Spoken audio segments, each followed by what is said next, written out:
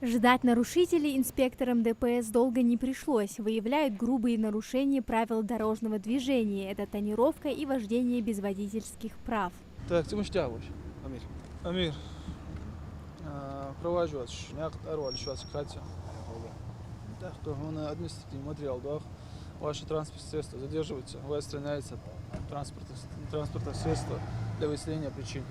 В законодательстве Российской Федерации наличие тонировки считается грубым нарушением. Водителям выписывают штрафы, а вместе с ними и требования о прекращении административного правонарушения, которое должно быть исполнено в течение 10 дней. Многие снимают тонировку на месте. Родители должны чувствовать ответственность, когда передают машину своим детям. Лучше предотвратить, чем потом расхлебывать последствия, говорят местные жители.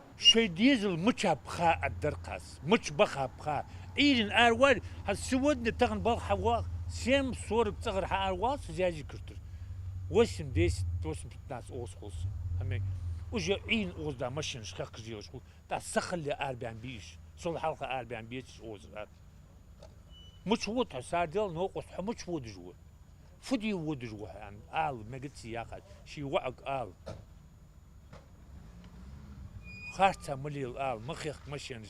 Участились случаи, что машину доверяют тем, у которого нет права вообще. А я вот вижу, я работаю в данном колледже, то, что приезжают молодые люди, когда им говоришь, но некоторые реагируют, некоторые не реагируют.